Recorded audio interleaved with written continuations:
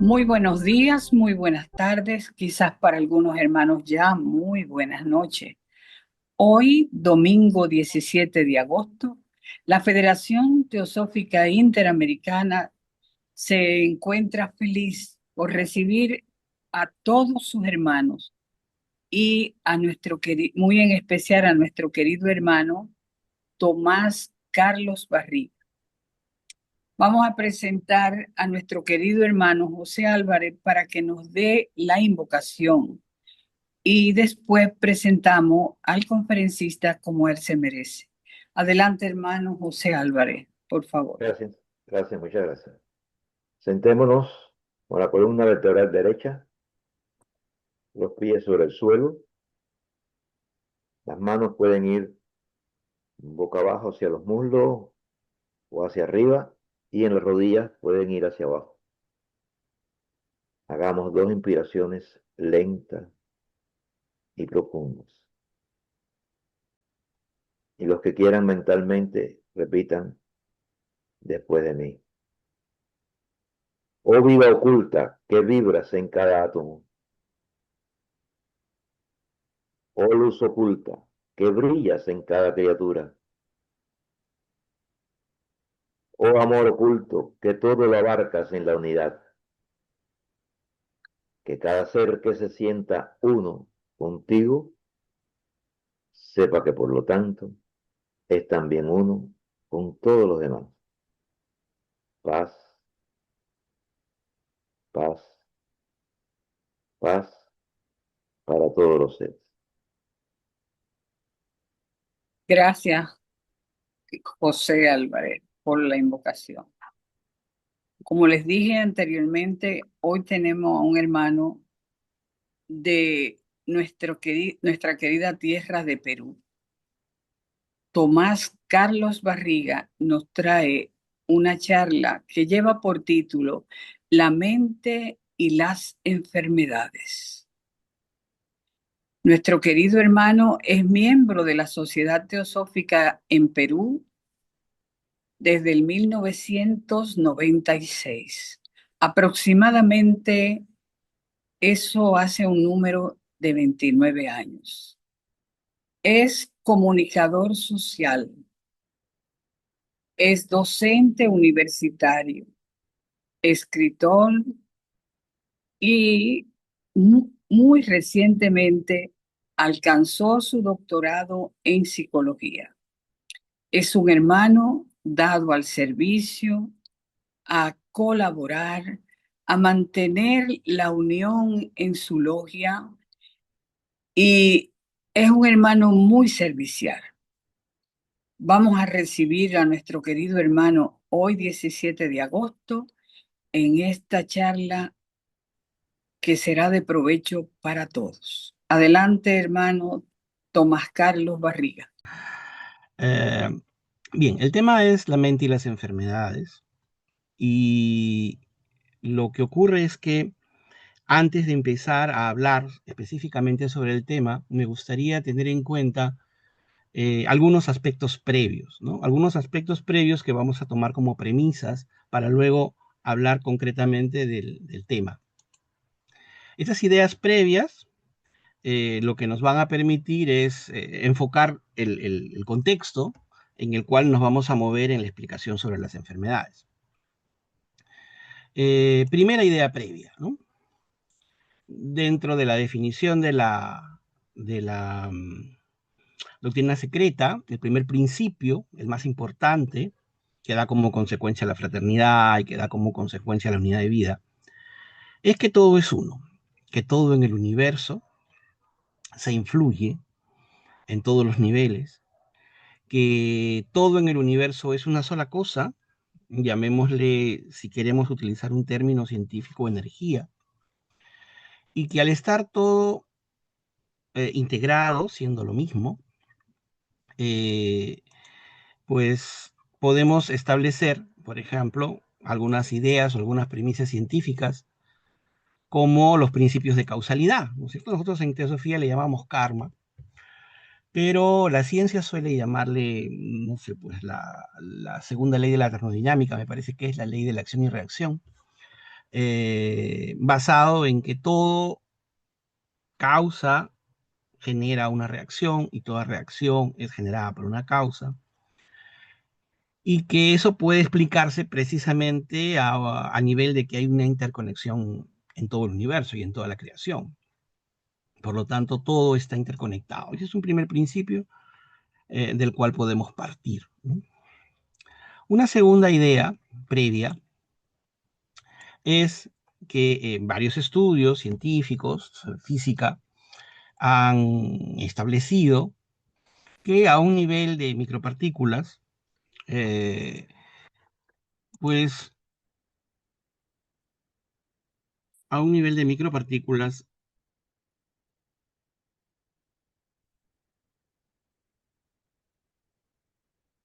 eh, toda la unidad, toda la energía y toda la materia del universo está de alguna manera interconectada, ¿no? Siguiendo la lógica del primer principio. Ahora, los experimentos que se han hecho en física cuántica, que seguramente ustedes conocen porque son muy difundidos y además me parece que en varias conferencias de la sociedad se han también hablado de la física cuántica y de las micropartículas, eh, se ha percibido en los experimentos desde Heisenberg que la conciencia humana, la conciencia del observador, influye de alguna manera en la realidad objetiva de los experimentos, ¿no? Estos experimentos de física, ¿no? De esta teoría cuántica, que en realidad pareciera contradecir a la física newtoniana, pero que ambas son demostrables, pone pues en duda la objetividad de la realidad, ¿no? De la realidad material, lo cual corrobora lo que hemos dicho desde el comienzo, que todo el universo está unido y que todo es energía. Eh, También, ¿no? Establece que ya que el pensamiento, el observador, puede de alguna manera modificar los resultados de un experimento a un nivel de micropartículas, el pensamiento también es considerado una forma de energía. Es más, ya se ha medido, ¿no? Me parece que hay hay una medición de cantidad de hertz, que creo que me parece que es entre 8 y 16 o 8 y 24 Hz, con lo cual el cerebro produce ondas de pensamiento que son medibles. Algún día tal vez la tecnología podrá captarlas como capta las ondas de altas frecuencias, ¿no? De VHF o UHF. Pues bien, entonces hay también esos estudios, digamos, de ciencia física que corroboran la idea de esta unidad y esta integración de elementos, ¿no? Una tercera idea previa es que en los años 70 del siglo pasado se comenzó a estudiar una serie de fenómenos relacionados con la influencia de la conciencia sobre la materia, lo cual se ha llamado ciencia noética. Hay un instituto de ciencias noéticas en los Estados Unidos. Y la noética lo que hace es estudiar el efecto de la conciencia humana sobre diferentes aspectos de la realidad, ¿no? Asumiendo de que hay más elementos fuera de los científicos materialistas, de la ciencia materialista, ¿no? Que debe ser estudiada también científicamente, ¿no? Entonces, cuando hablamos de ciencia noética, hablamos de muchísimas cosas, ¿no? Básicamente es el estudio interior del ser humano, lo que en teosofía llamamos el ser interno, y cómo esto influye en la vida que llamamos física o material. Pues se han estudiado muchísimos temas, como influencia en el pensamiento en diferentes enfermedades, como el cáncer, ¿no? Los efectos de la meditación, la acupuntura en la salud, explicaciones, tratando de explicar científicamente cómo funcionan los procesos de las sanaciones chamánicas, y también, por supuesto, las antiguas prácticas curativas de las civilizaciones antiguas, ¿no? Aquí en Perú, por ejemplo, existe toda, y en México, en Estados Unidos, y en diferentes partes del mundo, existen prácticas tradicionales, antiguas, desde pequeñas ceremonias, hierbas, procedimientos que han servido para curar enfermedades de cientos de años. Por supuesto, la ciencia occidental considera todo esto como supersticiones. El caso es que funcionan en muchos casos y en algunos casos con mayor eficiencia que la medicina occidental. Eh, a veces creemos pues que la medicina occidental, la medicina que estamos acostumbrados a recibir en un hospital o en una clínica, es dueña de la verdad, ¿no? Y sabemos todos que lo que un médico nos da es una opinión médica, por supuesto enterada, por supuesto bajo ideas de la ciencia, de la farmacología, pero que no deja de ser una opinión, ¿no? Y a veces un tratamiento que funciona con una persona no funciona con la otra, porque cada persona tiene su propia energía, su propia realidad y su propia naturaleza. Por supuesto no es exacta, ¿no? Pero al margen de esta pareciera crítica, por supuesto que tiene una función fundamental y que logra también objetivos, ¿no? Pero existen muchísimas prácticas, por ejemplo la acupuntura, que funcionan bastante bien y que todavía la ciencia no llega a explicar del todo, ¿no? Se explica sobre la base de la tradición y el conocimiento ancestral. Eh, la ciencia noética estudia nuestra intuición, por ejemplo, como un aspecto de nuestra conciencia, ¿no? E incluso procesos de curación. En teosofía, por ejemplo, recuerdo una hermana que, que difundía la idea del toque terapéutico, ¿no? Como un elemento de curación. Pues bien, hay todo un conjunto de investigaciones bastante serias, también por supuesto hay mucha charlatanería y mucho vendedor de cebo de culebra que para todos los males, ¿no? Pero dentro de esa enorme cantidad, igual en el esoterismo y en el ocultismo también hay mucha charlatanería, pero también existen estudios serios y también existen estudios bastante razonables, ¿no? Que sostienen la idea de que hay pues elementos no conocidos aún por la ciencia occidental que funcionan bastante bien en diferentes aspectos, entre ellos la salud. Pues bien, un cuarto aspecto previo es el funcionamiento de la mente. Eh, una de las interpretaciones que tiene el psicoanálisis, por ejemplo, para analizar la mente, es que la mente que nosotros percibimos conscientemente es un pequeño fragmento, al cual le llamamos consciente, de toda nuestra capacidad mental, de todo lo que hay en nuestra mente, ¿no? A esa mente consciente, a esa mente a la cual podemos acceder, nuestros recuerdos, nuestras ideas, nuestros pensamientos, quiénes somos, cómo nos llamamos, qué estudiamos, quiénes son nuestros familiares, todo lo que podemos pensar en estos momentos conscientemente y voluntariamente, forma parte de nuestro consciente. Pero nuestro consciente es solo la superficie de nuestro iceberg. Esa superficie a la cual llamamos consciente tiene un nivel del agua, que es el subconsciente, y este subconsciente eh, es pues una zona intermedia que nos separa de lo que normalmente la psicología llama inconsciente, ¿no? En el inconsciente está toda nuestra vida, desde, incluso desde que éramos muy pequeños y no recordamos absolutamente nada. Todo está allí almacenado en algún lugar de nuestro cerebro, de nuestra mente. Está toda nuestra vida, cada día de nuestra vida, que por supuesto no podemos recordar conscientemente. Yo no sé qué hice en la mañana de hace 3 años. Probablemente ustedes tampoco, salvo que sea una fecha muy especial. Porque todo lo que no es útil, todo lo que no nos sirve para sobrevivir, todo lo que no va cargado de emoción, todo lo que no de alguna manera nos afecta a un nivel emocional, pues es desechado poco a poco a medida que va pasando el tiempo a ese inconsciente. Y está allí, no nos afecta. Pero esa línea divisoria entre consciente e inconsciente, el subconsciente, sí está allí, está en el límite, ¿no? Allí están nuestros traumas, nuestros miedos, nuestras represiones, ¿no? Estos aspectos de la mente que no son eh, inocuos, por eso no se van al inconsciente, pero de alguna manera, por un sistema de protección, nuestro consciente los ha ocultado, los ha guardado para que no nos afecte, para que no nos dañe, para poder vivir con cierta tranquilidad, ¿no es cierto? Y entonces nuestra mente es compleja. Nosotros creemos en una ilusión de que todo el tiempo somos conscientes, de que todo el tiempo nos damos cuenta de todo y lo más seguro es que seamos conscientes en muy pequeños momentos. La mayoría de veces actuamos en piloto automático y e influidos por ese subconsciente, por esa cantidad de condicionamientos, por esa cantidad de eh, estructuras mentales que hemos aprendido desde que éramos pequeños y vamos repitiendo una y otra vez, ¿no? Pero el inconsciente, toda la información que se encuentra en nuestra mente, es muchísimo más amplia, a lo cual se puede acceder por procedimientos como la hipnosis, por ejemplo, ¿no?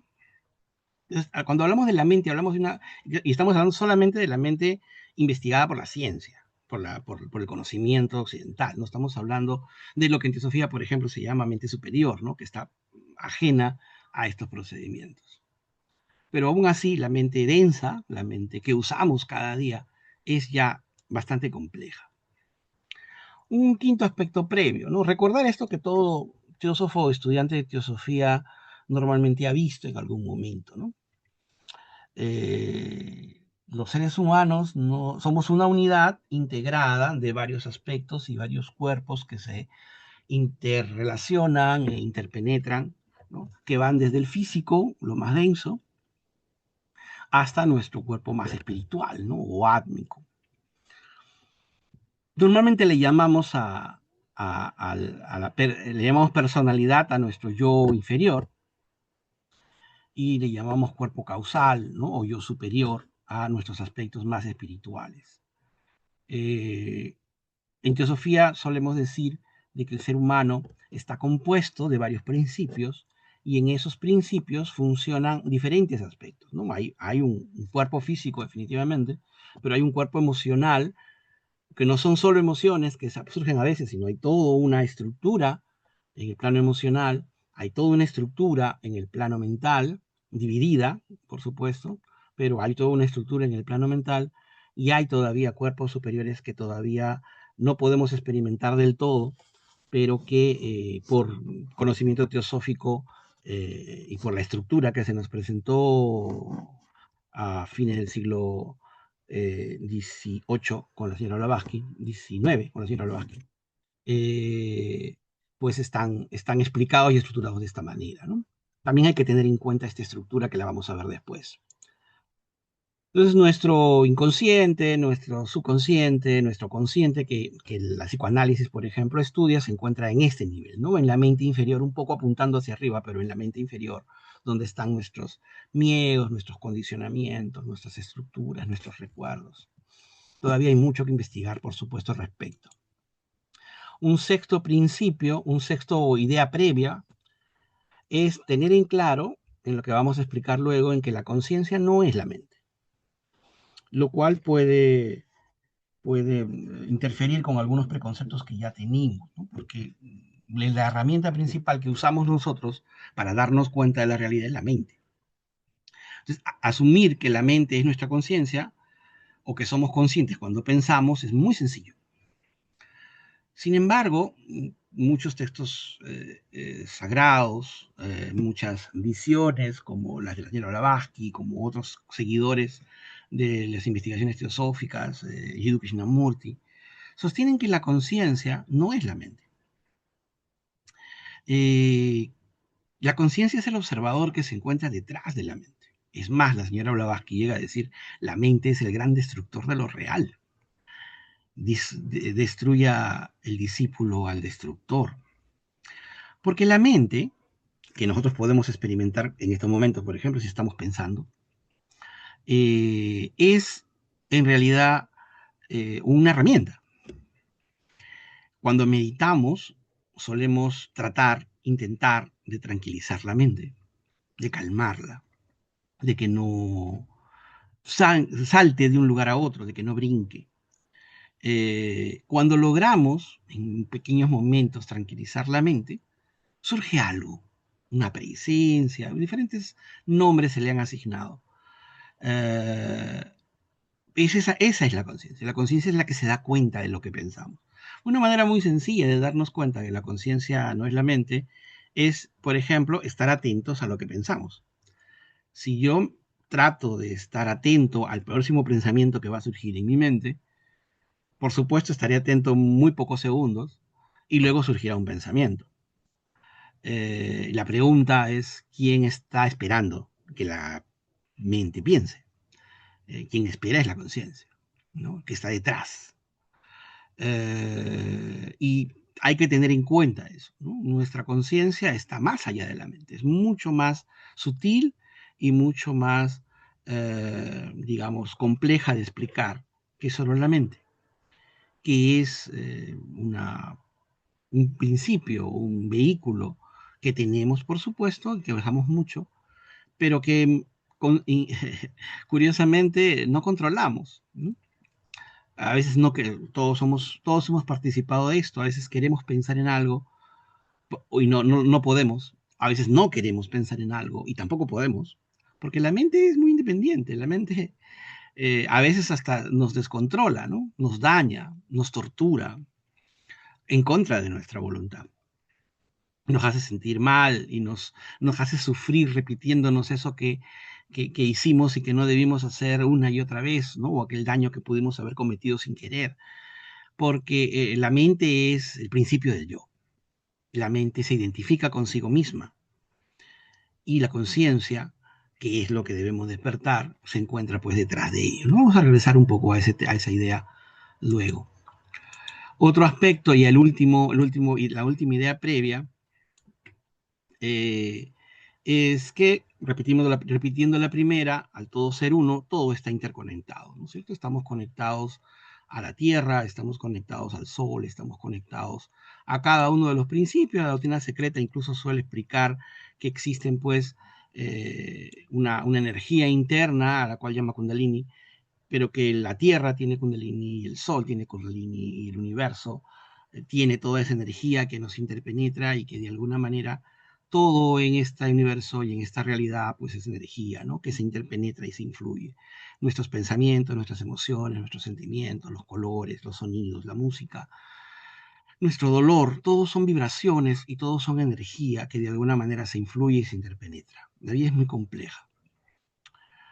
Pues bien, teniendo en cuenta estos 7 principios, quiero empezar a hablar de la enfermedad, que es el aspecto central de esta breve conversación. Y sobre la enfermedad, ¿qué podemos decir? ¿Qué es la enfermedad? Para nosotros, que la sufrimos, es dolor, es sufrimiento, es limitación, es muerte. La enfermedad es un mal, una plaga, un dolor permanente, porque lo experimentamos de esa manera, ¿no? La enfermedad nos trae ese tipo de sensaciones y sentimientos. Sin embargo, podemos un poco estudiarlas por separado, ¿no? ¿Qué causa la enfermedad física? En nuestra sociedad moderna hemos confundido, estética con salud, ¿no? Yo podría preguntar si esto es salud, y probablemente para mucha gente sí lo sea. Es un cuerpo saludable, es un cuerpo marcado por los músculos. Eh, pero ¿eso es salud? Bueno, hay diferentes tipos de daños contra la salud, ¿no? O sea, asumiendo la imagen anterior, hay varios estudios científicos que demuestran que los atletas de alto rendimiento, o los fisicoculturistas entre ellos, tienen periodos de vida más cortos y sufren de ataques al corazón a menor edad. Y eso es básicamente porque han sobreexigido el cuerpo al corazón, los órganos, a un nivel mucho más intenso de que la mayoría de personas, y eso hace que les pase factura cuando ya pasan pues, los 40 años, ¿no? Eh, entonces no hay que confundir la estética con salud. De alguna manera esa es la idea de esa diapositiva.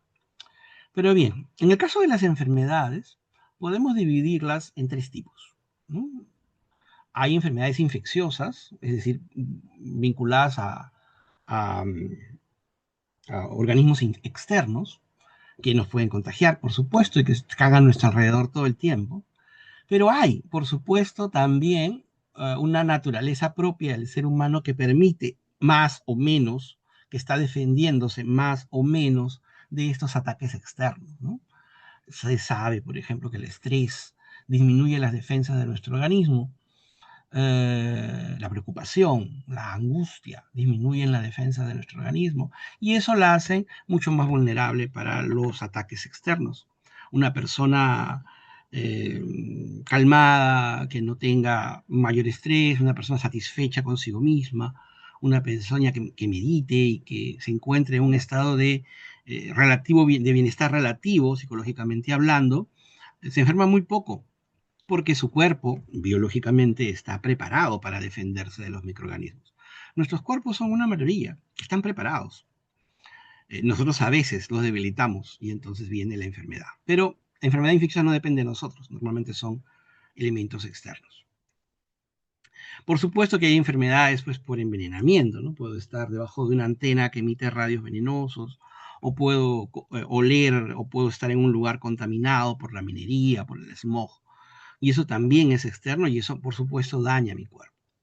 Pero yo me voy a centrar en la, porque nadie pues busca contagiarse y nadie busca eh, envenenarse. Sin embargo, me voy a centrar en las enfermedades crónicas, que son en su gran mayoría creadas por nosotros mismos. Y es ahí cuando la mente pasa a tomar un papel protagónico.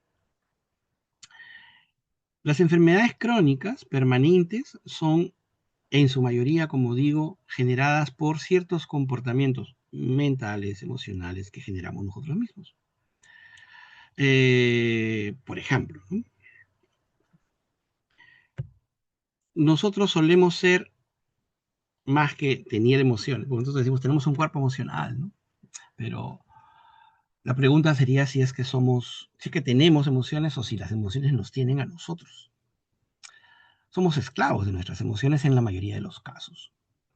La ira me controla, ¿no? El sufrimiento, la tristeza. Por supuesto también cuando estoy contento y alegre, ¿no? Y me desenfreno precisamente porque no lo controlo. Eh, Solemos ser esclavos de nuestras emociones, porque asumimos que nuestras emociones son nosotros mismos, somos nosotros mismos, lo cual es un error, ¿no? En teosofía solemos afirmar que nosotros en esencia somos conciencia. No somos emociones, no somos pensamientos, no somos cuerpo físico, sino conciencia.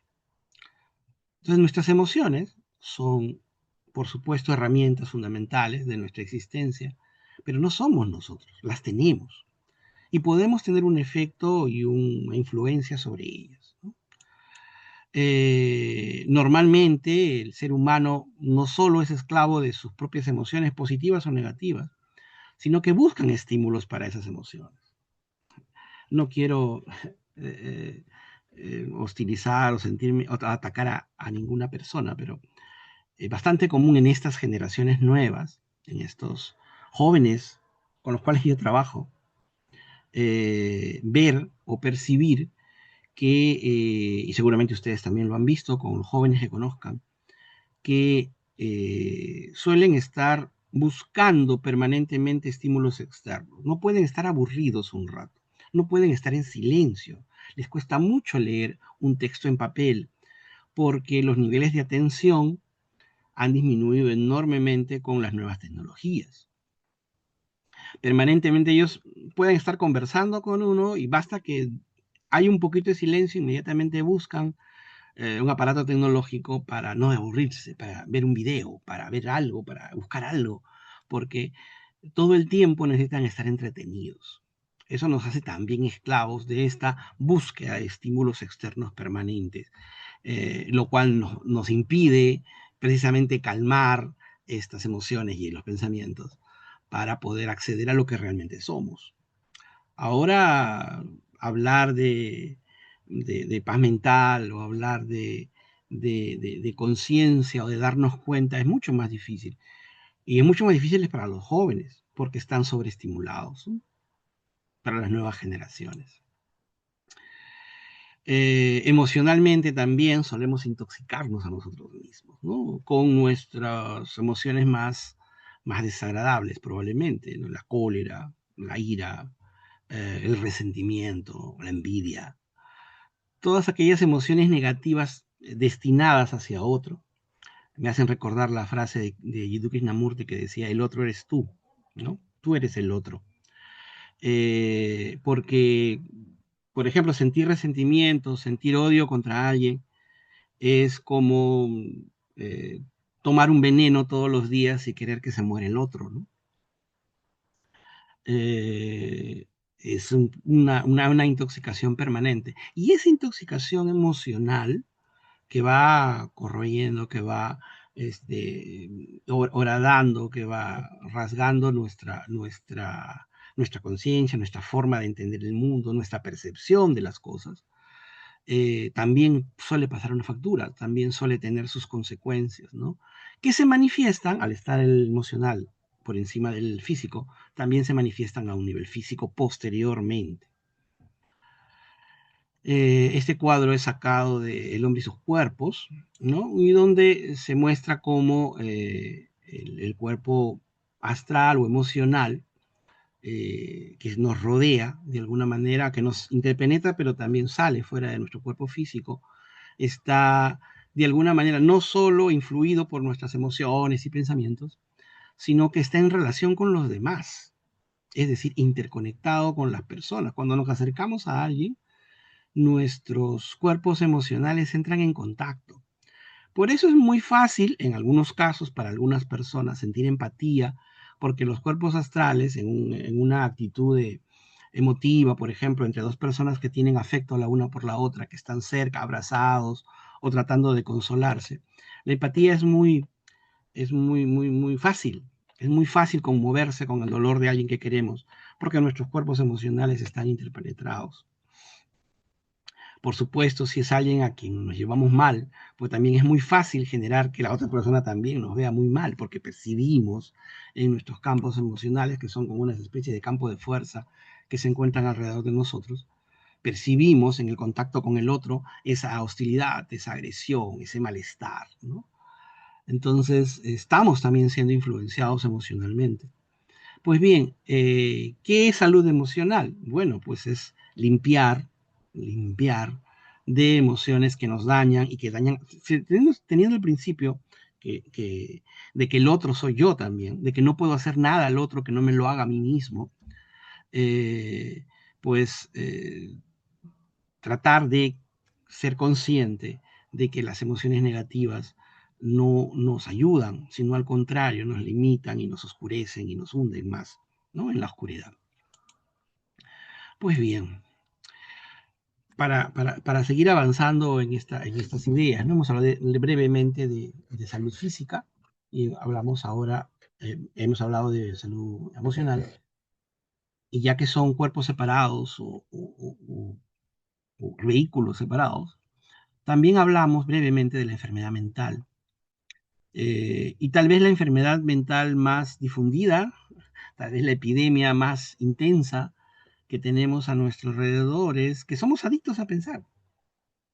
Somos tan adictos a pensar que, uno, asumimos que todo lo que pensamos es real.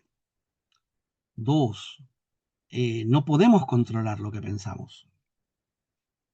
Yo estoy seguro que todos los que me escuchan han experimentado cómo nuestra mente, independientemente de nuestro control, va de una cosa a otra cosa con una facilidad enorme. Y de repente estoy aquí y miro esa foto y me acuerdo de alguien y mi mente se va a ese alguien y de ahí mi mente se va a algo que leí y de ahí mi mente se va y pasa una polilla y miro la polilla y mi mente recuerda otra polilla que vio antes, que asustó a mi hija y en fin. La mente es y cuando quiero, cuando me doy cuenta estoy en otra cosa, en otro lado, no sé cómo llegué ahí en esos pensamientos y trato de regresar mi atención a lo que estoy haciendo. Ese tipo de distracciones, cuando la mente se va por las ramas, por ejemplo, es muy común. Y si queremos hablar de salud mental, no es saludable. No es saludable porque no nos permite enfocarnos, no nos permite ser conscientes, no nos permite tener calma. Es más, ya como una enfermedad mental, ¿no? Hay personas que se inutilizan y se vuelven totalmente inmóviles frente a la acción, precisamente por el exceso de pensamiento. están tirados en su cama, perdonen si esto hace alusión a alguien que conocen o a ustedes mismos, uno puede estar a veces todo un día mirando el techo y dice, voy a hacer esto, voy a hacer este otro, y voy a hacer aquí, y piensa en una cosa y una fantasía y otra y otra y otra y otra, y está en total inactividad. La mente puede hacer eso. Somos adictos al pensamiento. De allí la enorme importancia de que para mejorar nuestra salud mental, emocional y física, porque va una entrelazada con otra, porque todo es uno, la meditación, que consiste en silenciar el pensamiento y tratar de no pensar, es una herramienta de salud enormemente valiosa, ¿no? Nosotros creemos que controlamos nuestra mente, ¿no? Pero en realidad no. La mente pasa a través de nosotros, experimentamos sus pensamientos, que muchas veces ni siquiera son nuestros. Pocos son los pensamientos nuestros, propiamente dicho. En el plano mental surgen pensamientos que nos rodean y que van entrando a nuestra cabeza, ¿no? Jiddu Krishnamurti recomendaba algo como una práctica, decía, cada vez que aparezca un pensamiento, sin que sepamos por qué apareció, o sea, que no sea consciente, observémoslo.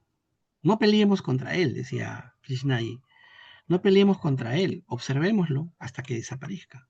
Pero observémoslo desde la conciencia, pues, ¿no? Observémoslos desde el no meternos en el pensamiento, de no identificarnos con el pensamiento, lo cual suena más fácil decirlo que hacerlo. Esta es la frase de La voz del silencio: la mente es el gran destructor de lo real. Pero creo que me merece una aclaración, ¿no? No es que la mente sea mala, no es que la mente nos dé solamente cosas falsas. Lo que pasa es que la mente nos impide ver la realidad. Tal vez la palabra destructor no ayude mucho en castellano, pero lo que me parece que quiere decir la frase es que la mente no nos deja ver la realidad.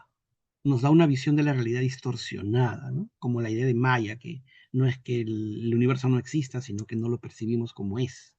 Igual la mente nos da una percepción distorsionada de la realidad y nos hace creer cosas que no son del todo reales, ¿no? Porque no las vemos tal cual son. La idea de la conciencia, del darnos cuenta, de, de percibir la realidad tal cual es, precisamente consiste en tranquilizar la mente, ¿no? Calmar la mente. Sí, pues esta mente genera esa ilusión, ¿no? Pues bien, siguiendo con esta idea, eh, una, digamos, un acápite aparte merece el momento de la culpa, ¿no?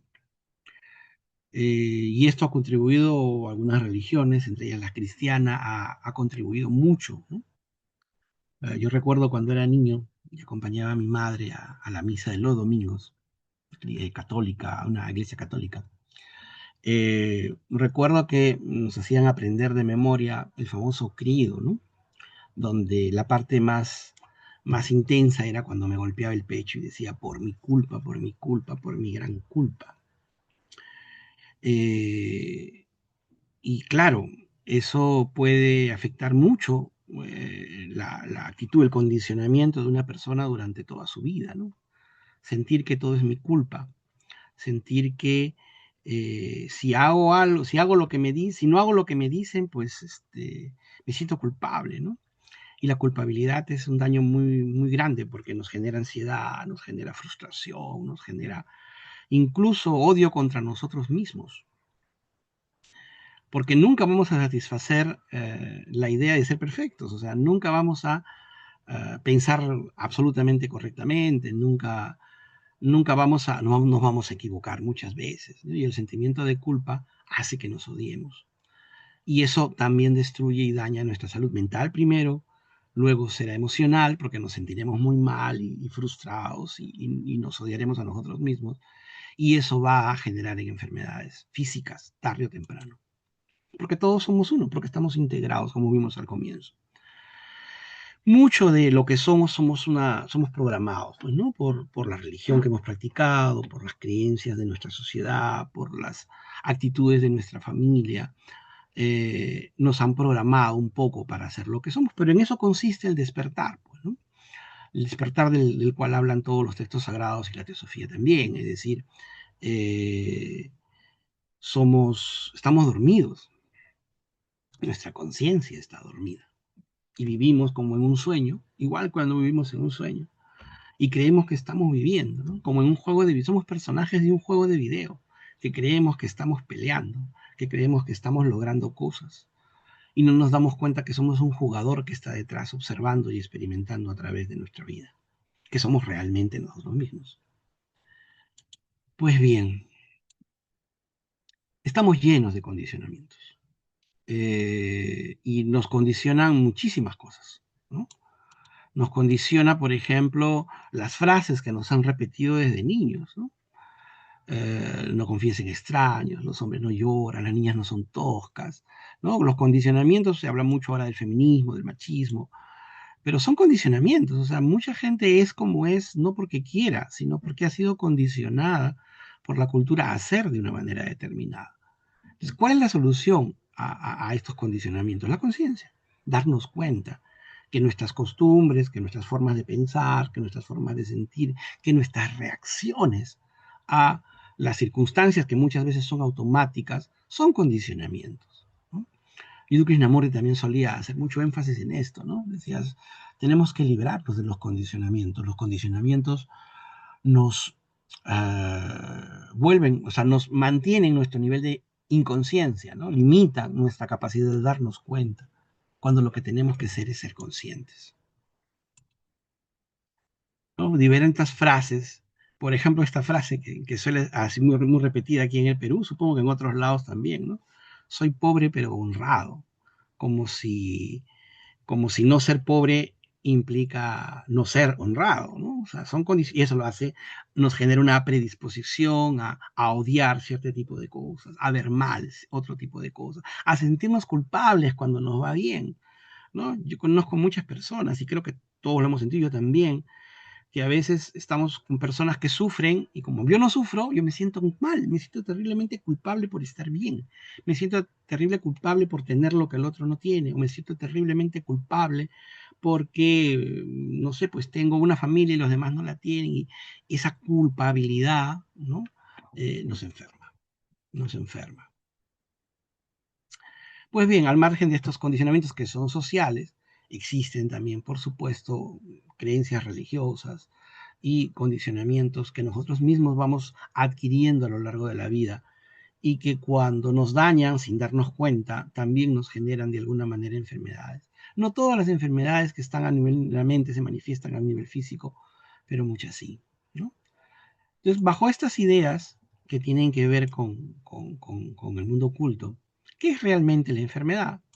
La enfermedad es, por un lado, karma, y atraemos, ya se han hecho, actualmente en todos los países existen clínicas especializadas donde me hacen una prueba de ADN y en mis genes pueden predecir si yo, no sé, a los 60 años voy a hacer diabetes, o si a los 65 voy a tener algún tipo de cáncer, porque muchas de las cosas que vamos a presentar a lo largo de la vida, no todas, pero muchas, ya están escritas en nuestro código genético.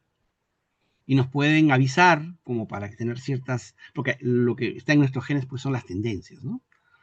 Entonces, hay un condicionamiento kármico, genético, que traemos y que, digamos, de repente, no sé, los astrólogos dirán que esa genética también está en el cielo, pero traemos a esta encarnación, a esta vida, a esta experiencia, una serie de cargas ya desde el pasado, ¿no?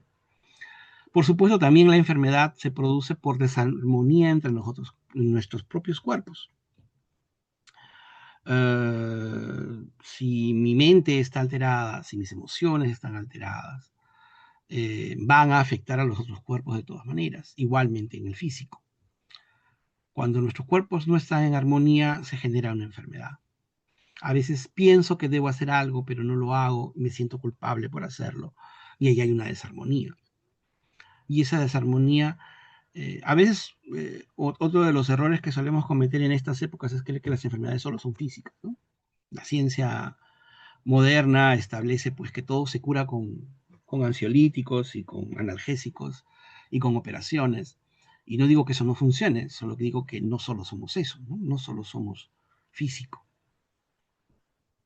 Y por supuesto, problemas no resueltos, ¿no? Aquellas ideas que están, aquellas fijas que tenemos en nuestra mente y que de alguna manera también pasan a las emociones y que no podemos resolver y que las tenemos toda la vida, muchas veces nuestros traumas, muchas veces nuestros miedos más intensos. Y que, como hemos visto, están en el inconsciente o en el subconsciente y nos recordamos, no tenemos acceso, pero están allí, dándonos vueltas. Y que podemos acceder a la conciencia de ellos, vuelvo a repetir, en esta maravilla que solemos llamar meditación. Pues bien, la manifestación de la enfermedad depende de nuestra capacidad, de nuestras capacidades, ¿no? En el caso de las enfermedades crónicas, que son problemas no resueltos o desarmonías, de nuestras capacidades de amar y de sentirnos amados, de comprender, de soltar, de aceptar, de vivir plenamente, de perdonar. Suena muy sencillo, ¿no? Suena hasta romántico decir, no, pero lo que tengo que hacer es amar y perdonar para estar sano. Eso lo puedo decir, pero no experimentar realmente, ¿no? Si yo vivo con resentimiento, así yo diga que amo, si yo vivo con odio, así yo diga que perdono, es exactamente lo mismo, ¿no? No es fácil perdonar cuando alguien nos daña, no es fácil soltar algo que nos atormenta desde que éramos niños, no es fácil aceptar la realidad cuando no nos gusta, cuando nos daña, cuando nos afecta, no es nada fácil. Pero lo podemos acceder y podemos intentar hacerlo a través de el desarrollo de nuestra conciencia, a través del despertar de nuestra conciencia. La meditación no es la única forma, pero tal vez es la más cercana para mí, por eso la repito cada rato, pero eh, tenemos, y no para los demás, ¿no? No para decir, yo amo mucho, yo perdono mucho, yo no tengo enemigos. Yo lo puedo decir, pero en soledad, en privado, en meditando conmigo mismo, realmente es así. Puedo analizar mis emociones y mi mente al punto de darme cuenta de cuáles son las verdaderas causas de lo que siento. Poniendo un ejemplo, yo puedo ver a una persona necesitada en la calle, agarrar un billete, dárselo, sintiendo de que estoy ayudando a esa persona a que pueda de repente tomar sus alimentos el día de hoy. Y puedo sentirme bien por hacerlo. La pregunta es por qué lo estoy haciendo. Y ahí viene el trabajo que hay que hacer con la conciencia y la meditación. ¿Lo hago porque me siento bien? O sea, ¿lo hago por mí? ¿Lo hago porque los demás me ven y entonces saben que soy bueno? ¿Lo hago porque mi vida es maravillosa y el otro pobre sufre y entonces para compensar un poco lo ayudo? ¿O lo hago por amor? ¿Lo hago porque me identifico con el sufrimiento del otro y quiero que el otro tenga un poco más de felicidad de la que tiene? ¿Cuál es la verdadera razón de mi caridad? ¿Cuál es la verdadera causa de mi caridad? ¿Soy capaz de enfrentarme a eso? Muchas veces no somos capaces. No nos gusta hurgar demasiado en las verdaderas causas de nuestros comportamientos porque a veces encontramos cosas que no nos gustan. Pero solo enfrentando aquellas cosas que no nos gustan, aquellos monstruos, aquellas sombras, como suele decir Isaac Hawley, que solamente enfrentándolas es que podemos en algún momento vencerlas y trascenderlas, ¿no? No ignorándolas. Conócete a ti mismo, ¿no? Conócete a ti mismo, la famosa frase del oráculo de Delfos. Pues bien, ya para ir terminando, porque no quiero alargarme demasiado, nuestro ego suele buscar culpables permanentemente, que es una forma de evasión de asumir la responsabilidad de cualquier cosa que nos sucede. ¿Por qué buscamos culpables? Para sentirnos víctimas. A nuestra mente le encanta sentirse víctima. ¿Y por qué le gusta ser víctima siempre? Yo no soy culpable, la otra persona me hizo molestar, ¿no? La otra persona me hace renegar. La otra persona, los demás, el mundo es hostil, el mundo me agrede. Yo no, yo trato de ser bueno, pero no se puede porque los demás, ¿no? Los otros son culpables. Yo no, yo soy la víctima, siempre soy la víctima. Y eso es precisamente para no hacerse responsable. Porque mientras yo sea víctima, no soy responsable. No tengo que asumir la responsabilidad de cambiarlo. No tengo que asumir la responsabilidad de ser diferente. Porque el otro tiene la culpa.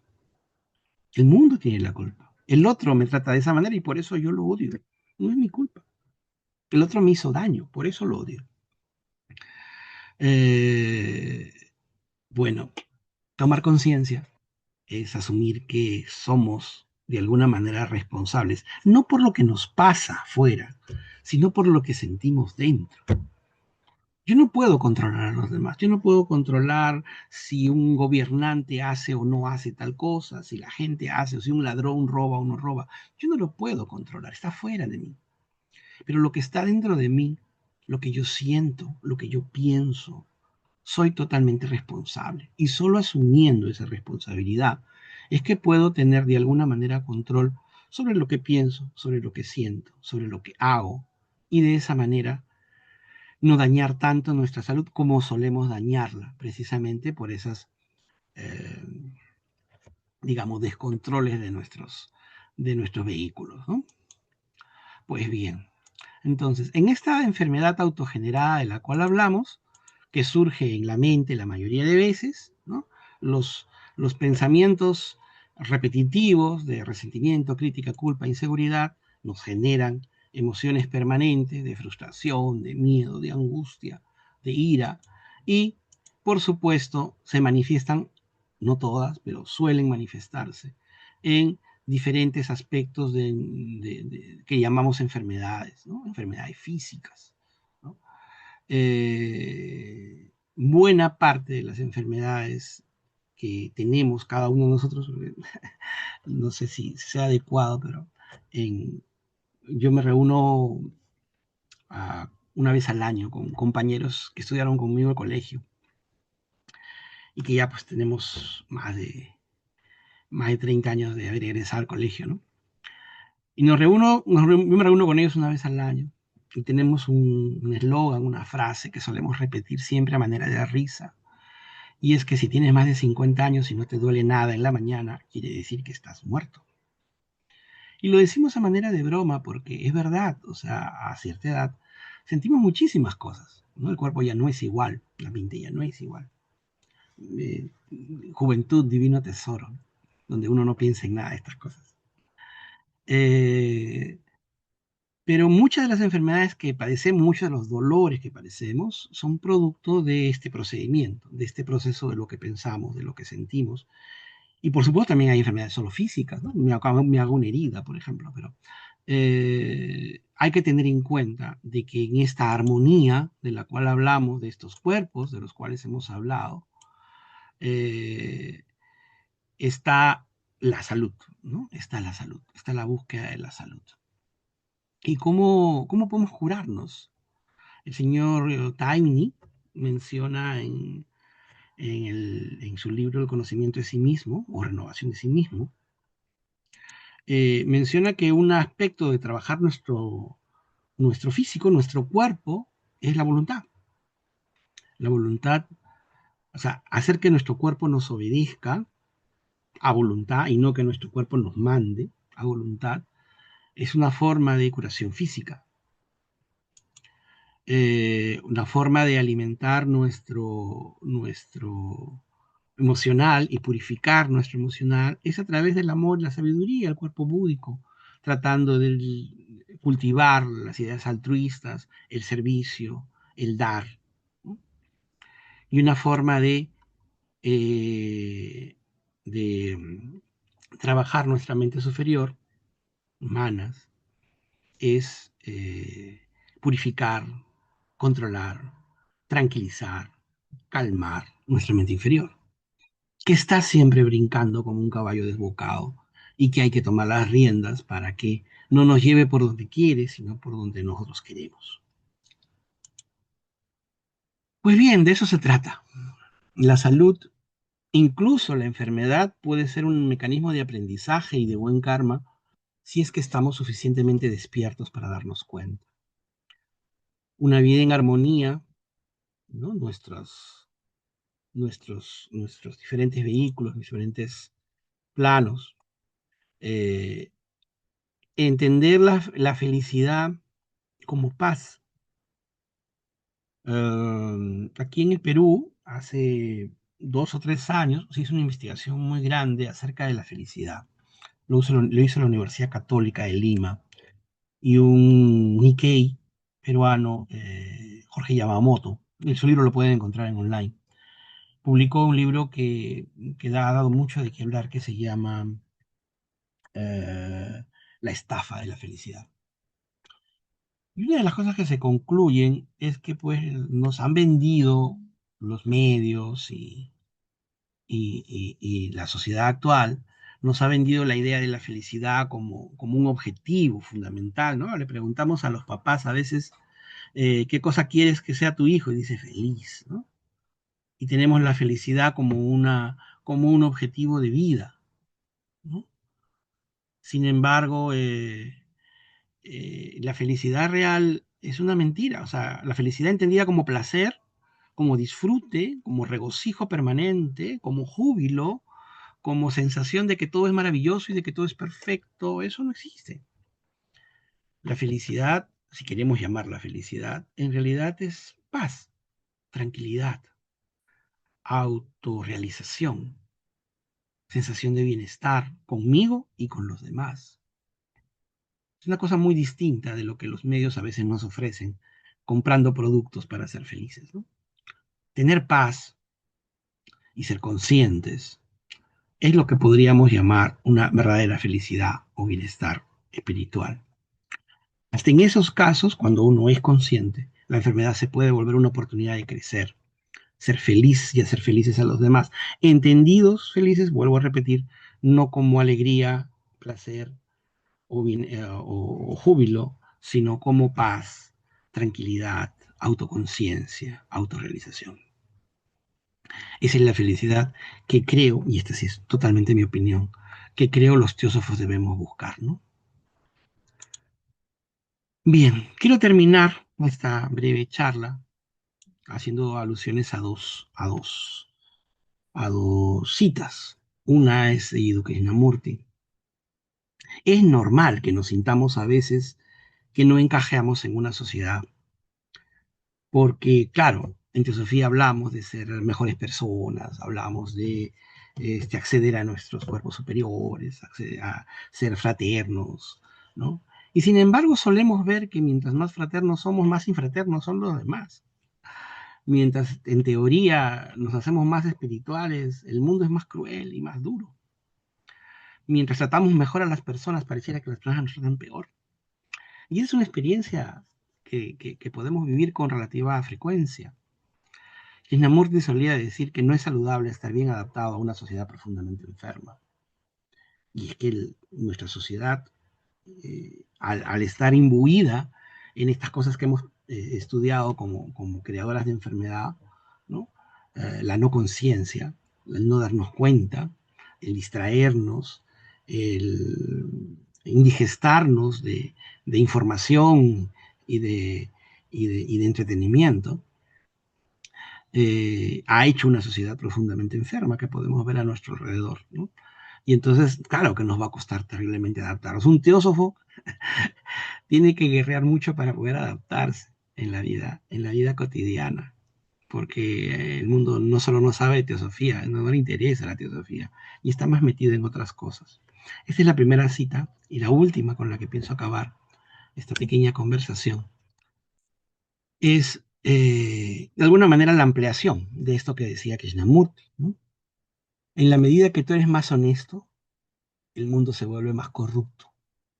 En la medida que tú tienes orden interno, el mundo es más caótico. En la medida que tú tienes más amor y compasión, el mundo es más hostil y cruel. No es el mundo el que cambia, tú cambias. Bueno, seamos el cambio, seamos el cambio. Primero por nuestra salud, ya que esta charla pretendía hablar de eso. Y segundo por la salud del mundo, ¿no? ¿Qué tanta falta hace? Si algo necesita, creo, el mundo ahora más que ninguna otra cosa, es teosofía. Es teosofía. Miremos los noticieros y nos vamos a dar cuenta. Bien, muchísimas gracias, ¿no? Muchísimas gracias por la atención y dejo de compartir, no sé si habrá Gracias, alguna pregunta. gracias hermano Tomás Carlos por tu charla, que, que la teosofía sea, la señora hablaba que nos dejó un tesoro y es comprendernos verdaderamente cómo somos. Y como tú nos lo has dicho en esta charla, esa composición sectenaria que debemos conocerla cuerpo por cuerpo, por cuerpo o vehículos por vehículo. Y quizás pasáramos menos trabajo, pero el mundo nos arrastra como una gran ola. Y hay que recordar también las palabras de Krishnamurti que dicen, si yo cambio, cambia el mundo. Eso es muy saludable. Entonces así trataremos nosotros de cambiar. Y gracias por tan magnífica exposición que debemos analizar todos, cada ser humano. Tenemos que analizarla porque se está proliferando tanto las enfermedades, cosas nuevas que no conocían, pero es el superestrés que estamos llevando, la agonía que estamos llevando en esa gran ola que nos arrastra. Así es que gracias por compartir estos momentos que nos ayudan tanto a todos, porque todos tenemos a alguien o un hermano, un vecino, un hijo sufriendo por este arrastre. Bueno, vamos a pedirle a nuestro hermano, no sé si el hermano Chuy estará ahí, Así para, es. ¿tá? Me ayudas, hermano. Vamos a comenzar las preguntas al hermano, aquellos que estén dispuestos de hacer alguna pregunta para ver si el hermano podría ayudarnos a ampliar más esa respuesta. Claro, claro. La hermana Patti Chávez tiene levantada su mano. Ok, adelante, hermana, por favor. Buenas tardes o buenas noches, dependiendo del país. Muchas gracias, señor Tomás. Fue una plática muy interesante. Solamente tengo dos preguntas para usted, a ver si me pudiera orientar. La primera es, ¿qué tanto impacta en nuestras emociones para somatización de enfermedades dentro de nuestro cuerpo? Y la segunda es que había leído en lo que es la parte de Leadbeater, creo, en donde decía que para poder aceptar una enfermedad, primero tenemos que hacerse conscientes de esa enfermedad, abrazarla, aprender de esa enfermedad y posteriormente soltar esa enfermedad para poder sanar en la forma física y espiritual. Pero ahí decía que normalmente nuestras principales enfermedades provienen de nuestro cuerpo astral, que es donde está el impacto emocional. ¿Usted qué sabe de eso? Muchísimas gracias y buena tarde a todos. Gracias. Gracias por la pregunta. Sí, claro. A ver, ah, en el mundo, nuestra mayor cantidad al ser emocionales, al ser muy emocionales todos, al predominar la emoción sobre los pensamientos en nuestras vidas, es normal que la mayoría de enfermedades se encuentren o que surjan o que aparezcan en el plano emocional, nuestros sentimientos.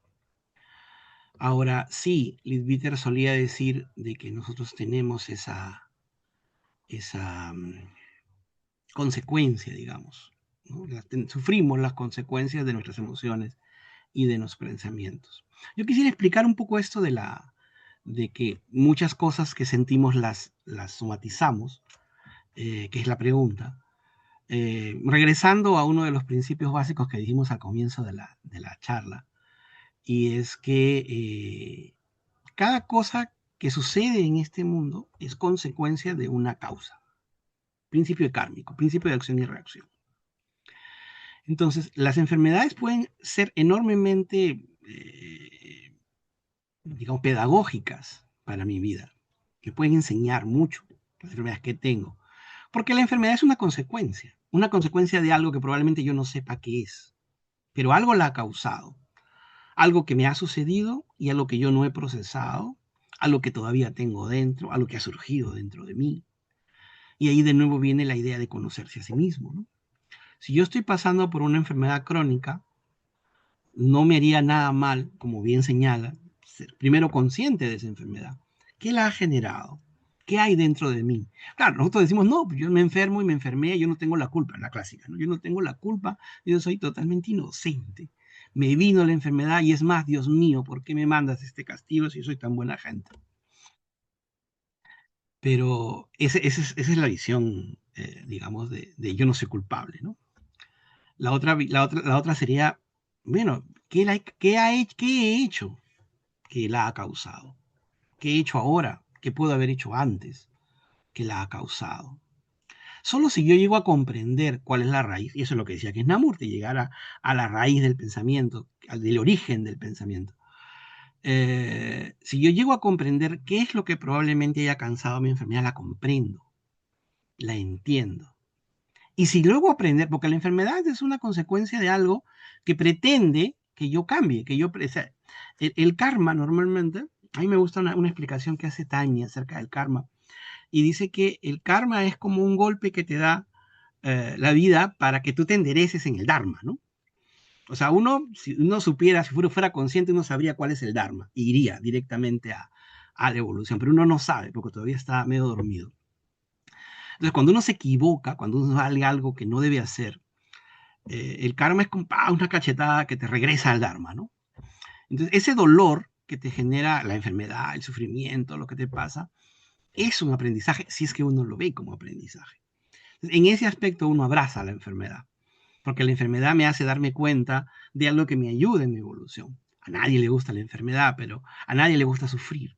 Pero el sufrimiento es vehículo de conciencia, eso lo decía el señor Buda.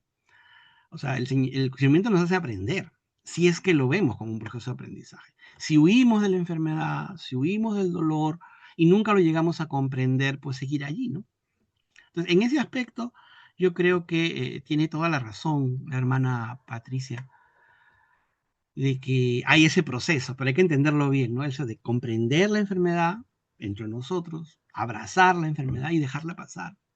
Recordemos que el karma no es punitivo, el karma no pretende castigarnos. El karma la palabra no es punitivo, que es castigo, sino el karma es pedagógico. O sea, el karma nos dice, este no es el camino, este es el otro camino. Es una fuerza de la naturaleza que me empuja hacia donde debo ir, en contra de mi voluntad, por eso me duele.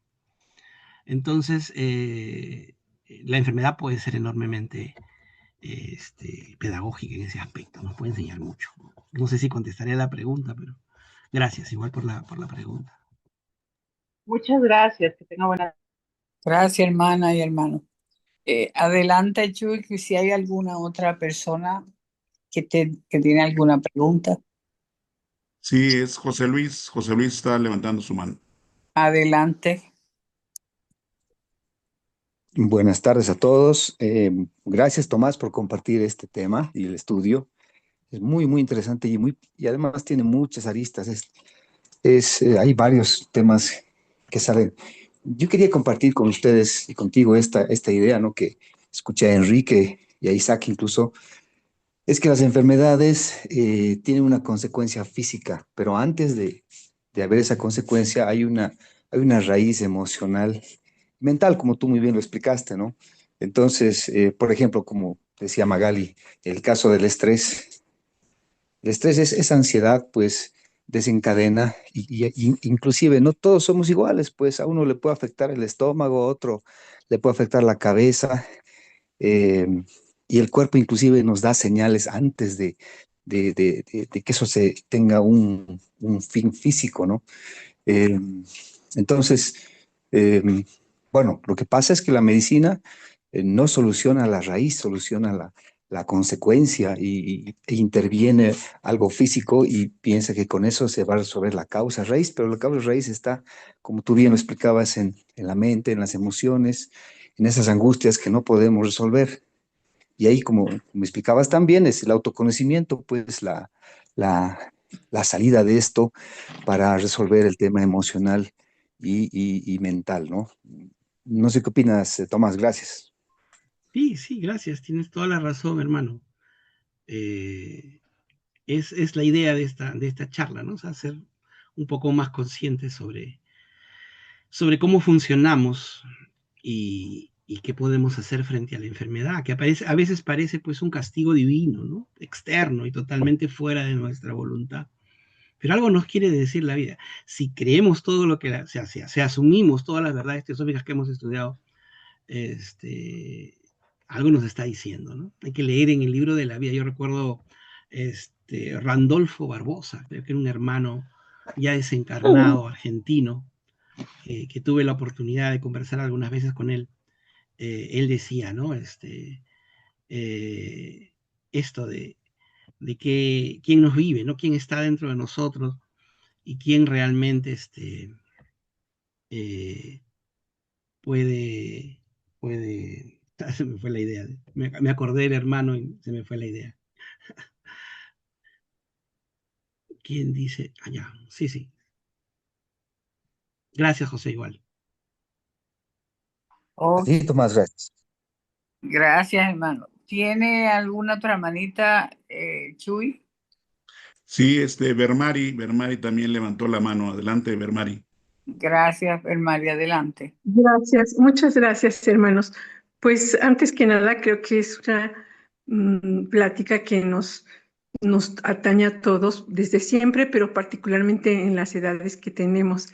Y a propósito de lo que usted mencionaba de cuando se reúne con sus compañeros. Muchas gracias, hermano Tomás. Yo lo que quería es a lo mejor ser medio, tal vez, creo que entiendo un poco más la lógica a partir de lo que explicó, pero ¿qué opina usted del enfoque justamente de James, que habla de que la enfermedad es en realidad un trauma que nos sucede, ¿no? Creo que, bueno, yo sé que él es teósofo, la hermana Tere Ayala siempre nos orienta con la explicación de justamente la enfermedad a través de los principios de James. Sin embargo, yo siempre lo he encontrado un poco complejo. No sé si usted conozca y en su caso tenga bien algún comentario. Gracias. Sí, gracias por la pregunta. La enfermedad tiene, por supuesto, muchas cosas, como bien señalaba José Luis, ¿no? O sea, es muy complejo, ¿no? Es muy complejo, porque la enfermedad es una especie de aviso que nos da nuestro yo para que seamos conscientes de algo. Es otra forma de verlo. Entonces nuestros traumas, nuestros miedos, las cosas no resueltas, que precisamente eso no resolvemos, nos va a generar un efecto que podría detonar en una enfermedad física. Podría, digo, porque como bien enseñó también José, o sea, cada persona es totalmente diferente, ¿no? Totalmente diferente. Yo nazco con una serie de habilidades y una serie de deficiencias, ¿no? Con una serie de fortalezas y con una serie de debilidades. Y voy acumulando a la vida ambas cosas, cosas buenas y cosas malas, que me hacen reaccionar de una manera distinta a hechos determinados, ¿no? Entonces, la enfermedad funciona así. Hay, como dice, algunas cosas funcionan, algún trauma puede funcionar a través de los años con una enfermedad crónica terrible, o puede no, simplemente ser algo más sencillo de manejar. Es que ahí los hilos se mezclan, pues, ¿no? Se mezclan en muchísimos más temas. La enfermedad se mezcla en el karma. El karma es, según palabras de Annie Besant, una de las cosas más complejas de explicar, ¿no? En todas sus facetas, en todos sus hilos, en todas sus consecuencias. Entonces, y el karma está enormemente ligado a la enfermedad, porque toda enfermedad es kármica. Muchas gracias, hermano. Y por último, nada más un comentario. Para mí fue muy significativo repensar la enfermedad a partir de lo que usted comentó, de que cuando tenemos una enfermedad tenemos que aprender a, a convivir con ella de manera positiva, no negativa, ¿no? Sino de manera positiva. Eso me parece muy valioso. Gracias. Gracias. Gracias, Belmari. Chuy, vamos a ver cuántas manitas quedan para marcar el fin de este trabajo, porque sé que tú tienes un compromiso de antelación y vamos a ver si se puede hacer las dos cosas. Sí, sí, sí, claro. Gracias, gracias Magali por la preocupación. Sí, quedan tres. Sería María de España, Yolanda y Emilce. Ah, bueno, ya se agregó Vilma. Trataremos de que sea un poquito Pues nos quedamos a ágil. esas cuatro solamente y vamos con esas cuatro hermanas, vamos a terminar. Perfecto. Entonces sería María de España. Ok, adelante María. Sí, buenas tardes. Hay enfermedades mentales sobre las cuales las personas afectadas no pueden reflexionar porque la mente o la conciencia no funcionan correctamente. Se ven seriamente perjudicadas, como es el caso del Alzheimer. Entonces, ¿qué puede cambiar aquí? ¿Para qué sirve esta enfermedad? ¿O el aprendizaje aquí sería para los familiares? Y es una excelente pregunta, gracias, María. O sea, mientras el ser humano tenga la posibilidad de ser consciente de lo que le pasa, es parte de su evolución, la enfermedad. Cuando el ser humano ya no es consciente de lo que le sucede por una enfermedad neurodegenerativa, como el caso del Alzheimer, o porque nace a veces con una cierta característica que le impide, ¿no? Nosotros le llamamos a veces locura, esquizofrenia o cualquier otra cosa. Cuando el ser humano no es consciente, se dice, y eso lo decía Leadbeater, es una especie de... Ha llegado, la encarnación ha llegado a un momento en el cual ya la evolución, digamos, terminó, ¿no? O sea, en esa encarnación ya no puede crecer, no tiene conciencia para poder crecer. Entonces, se convierte, como bien señalas, María, en un aprendizaje y en un karma para la familia de almas, por decirlo de alguna manera, por las personas que lo rodean o que la rodean, ¿no? Entonces, se explicaba, el señor Blavatsky decía esto, de que nosotros encarnamos algo así como familias de egos, ¿no?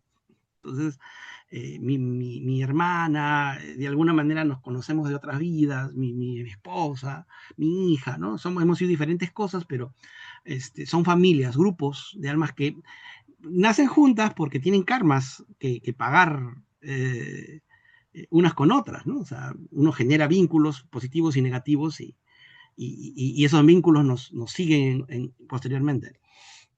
Y entonces nosotros también somos el karma de nuestras familias, también somos el karma de nuestras parejas, somos el karma de nuestros familiares cercanos. Entonces, cuando ya no podemos tener conciencia sobre nuestra propia evolución, sobre nuestra vida, digamos que pasamos de alguna manera a descansar, ¿no? Hasta la siguiente oportunidad que tengamos. Por lo menos eso es lo que dicen los textos de teosofía. Gracias. Hermano Carlos, voy a traer un puntito que puede servir de ayuda con relación a las enfermedades y el karma.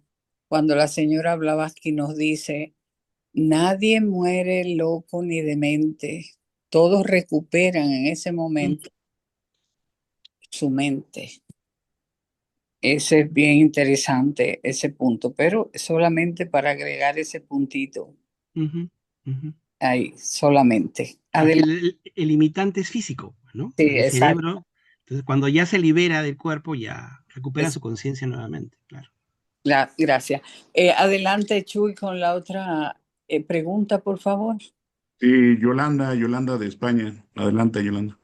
Bueno, quería hablar sobre las enfermedades. Nosotros mismos con el pensamiento atraemos las enfermedades. Yo a mucha gente cuando me encuentro y hablo con ella le digo, cuidado con el pensamiento, que lo que tú piensas, si es negativo como si es positivo, lo atrae, y si es negativo se te va a convertir en una enfermedad. Es una cosa. Luego, si tú esa enfermedad no la aceptas, eso es una experiencia mía propia. Yo hace años estaba siempre enferma, cuando no tenía una cosa y tenía otra, pero era que el calma que yo tenía con un marido alcohólico y con muchas más cosas, no la aceptaba. Entonces siempre estaba refunfuñando, me iba a las iglesias y pedía que se curara a mi marido, que se quitara del alcoholismo, y quería engañar a la gente de la iglesia porque ponía 3 papeles para que fuera la misma cosa. Hasta me vino un día, no sé cómo fue, que acepté lo que había, lo acepté. Y fue cuando empecé a cambiar. Solo brevísimamente, claro, compartimos, pues la familia comparte karma, ¿no? Compartimos, y no solamente enfermedades, compartimos formas de hablar, formas de comportarnos, formas, costumbres, y claro que eso también afecta las enfermedades. No es lo genético, pues lo que traemos. Nacemos en la familia adecuada para sufrir y para disfrutar de los karmas previos, ¿no? Muchísimas gracias. Bueno, si no, si hemos terminado, Chuy, ya con las manitas. Sí, así es, Magali. Bueno, pues solo nos queda darle las gracias, esperar nuestra próxima invitación para reunirnos el próximo domingo y darle las gracias a todos los hermanos y al hermano Tomás Carlos Barriga por traer un punto tan interesante que nos debe llevar a ese estudio profundo de verdaderamente quiénes somos y dónde estamos. Es algo bien interesante que a veces decimos, ¿por qué nos dejan las 7 divisiones del ser? Pero cuán interesantes son estudiarlas y conocerlas. Bueno, 1.000.000 de gracias a todos. La Federación se siente feliz por haber compartido con ustedes hoy, 17 de agosto, este momento tan valioso. Gracias.